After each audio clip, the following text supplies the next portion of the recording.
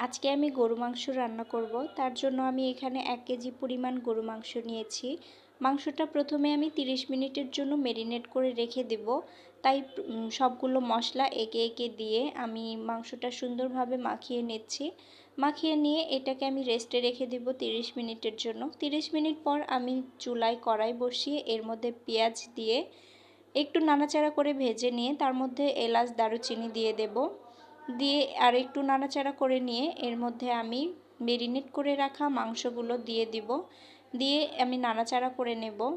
আর আমার কাছে মনে হয় ম্যারিনেট করে রাখা মাংস রান্না করলে টেস্টটা একটু বেশি আসে। আর আমি সবসময় এইভাবেই রান্না করি। জানি অনেকে অনেকভাবে রান্না করে, তবে আমি এই স্টাইলে রান্না করি।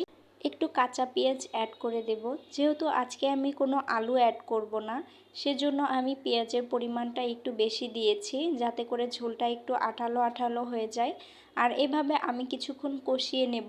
মাংসটা যখন আধো সিদ্ধ হয়ে যাবে তখন আমি এটাকে পানি দিয়ে দিব। পানি দিয়ে আমি এটা ঢেকে দিয়ে 30 মিনিট অপেক্ষা করব।